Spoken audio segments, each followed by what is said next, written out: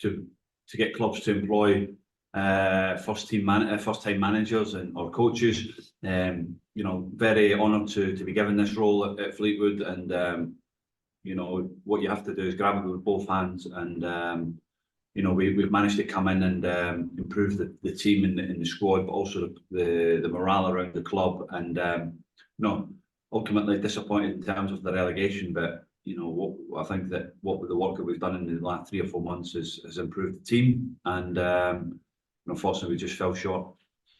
And Charlie, there has been a real upturn in terms of the results and performances since February, from February now until for the last month or two, March and April. But is it a case that you had too much to do, given maybe going the whole month of December and January without a win, that maybe when you turned the corner in February that the tide was too much to row it in? Yeah, listen, when we come in the building, we always felt that we can improve the team, and again, small margins in games have gone against us. We've had a lot of decisions that we feel that we could have went in our favour, but again, you take that away, that what I'd say is the performance has improved, and that's what's getting us the results that we've had. We've won 2 of the last 3, and we look to win 3 out of 4 before the end of the season on Saturday. I suppose, speaking about Saturday, I suppose it's the final game of the season, and I suppose the motivation for the supporters coming in to watch Fleetwood Town obviously is for a performance and a victory. But in hindsight, as a manager, have you already started focus switch maybe to the off season and preparing for the challenge that lays ahead in taking Fleetwood back to League One again next year? Is it very much, are you sort of on 2 sort of separate tasks, obviously preparing for this final game, but obviously now really delving into the summer and seeing what needs to be done, what players are going to be staying, what players are going to be going out in terms of contracts, and the whole reshaping and the whole remodeling of the squad and football club, I imagine? Yeah, we know what we want to do. We've planned, everything is planned, everything is ready to go. We started the recruitment process with some, the players that we want. We know the names and the targets that we want to get. So that's part of it for us at the moment as a staff. The game is the important bit for us.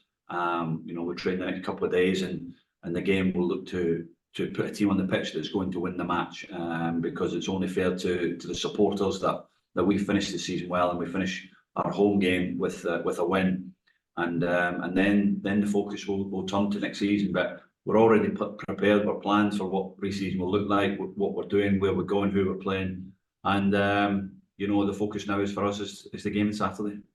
And I suppose, looking at the squad and the player pool that you have, one thing stands out in terms of an Irish perspective. I counted there, you have at least 7 Irish players on the squad, and in terms of some of them, and they've all had sort of different sort of mixed seasons as such. But one of them that's really stood out has probably been one of the youngest of them all in terms of promise. Omochere played 33 games, 6 goals for you. What sort of attributes does Promise have? I won't dub him, but he almost has that flair and excitement of Saha when he's on form, of Wilfred Saha. Is that what you start to see him now? That's a high pedestal to put I think he's a totally different player to Wilfred Zaha. Wilfred Zaha has a lot of tricks and things like that. Very good top player in the Premier League. Promise, a young player that got good strength, good pace, power, and say 6 goals out of 33 games. As a striker, you'd want more, and we've played him down the middle a lot more, and he's had big moments during the season, and we'll look forward to having him back pre-season. But he's done well. I think the Irish lads that we have in the football club have all contributed in different ways during the season in different parts, and really delighted to have them in there. And it's a good league. I was over in Shelbourne and Shamrock on Monday night watching the game, just taking in the game to see if there was any other players to look at, and we've been very successful in bringing players over from the Irish League, and obviously our connection with Waterford in terms of the club that we have there. So yeah, it's a league that we look to in the market, and there's a lot of good players that come out of there. And I suppose, Charlie, speaking of one of those players, he's trying to rediscover his career again. It sort of stalled for him after a while when he was sort of beckoning towards the lights of the Premier League for a while in terms of Gavin Kilkenny with Bournemouth, and it's sort of injuries and plight and maybe luck and fortune not going his way. But he's managed to get a good few games under his belt this season. He probably would have liked to hit the 30 figures in terms of appearances, but he's working his way back after what's been a stop-start last couple of years for Gavin, a really sort of frustrating time for him. Yeah, good young player. Young player. He's a player that we identified early in the window, and we had to wait our time because Bournemouth had a few injuries at the time, and that was completed on he come in the last day of the window. He's done extremely well for us. Really happy with him, and obviously he will go back to Bournemouth, and let's say we'll see what his situation is for next season and where he's at.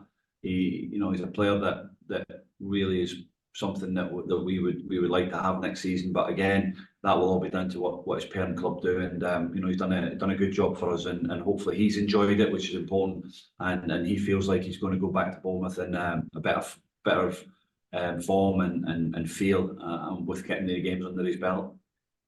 And Charlie, last two questions from me to you. I suppose in terms of going down to League Two now, most people, I spoke to a good few managers there, they will say from maybe 11th place in League One down as far as 12th place in League Two. There's little or nothing between the sides in terms of quality, and on any given day any of those sides could beat each other. Mind you, there might be a gap maybe between the top 6 and 7 in League One that are maybe closer to the Championship. But I suppose going down back to League Two, there is no guarantees really. It's a tough sort of a league. We saw, I know Wrexham had a good bit of money to spend, but even some of the big teams that you'd associate like Bradford City have really struggled for many of years, and they're a massive club to try and get out of League Two. So there is no real guarantees when you're going back down there again. The gaps are so close between, say, the lower half of League One and the top of League Two. No, there's no guarantees, but what we'll have to do is we will respect the league. Our job as coaching staff will be to look back at games over the summer period of what is League Two is going to look at. We've been to a few live games already this season to see where we're at and what we need. Our recruitment will be the key in terms of what we do in the summer. We started that process now, and we know the positions we're looking for, what we're looking to bring into the football club. And again, it's up to myself and the staff to put a team on the pitch and a squad together that's capable of, being competitive. And I suppose, Charlie, lastly, you've had so many connections in the game for your time at Stoke and Liverpool, and you've built up a big sort of network during your time as a professional player. How vital is that for you going forward as a young manager now to maybe avail of some of those connections that you've made throughout the years? I know this is your dipping your toes, your first 6 months as a professional manager, making the changes. But I suppose next year now, really, it's a big year for you. It's a big year for everyone at Fleetwood. And I suppose, is it really maybe to row in or some of those favours or connections that you build up through the years and try and see what you can capitalise for you and for Fleetwood Town?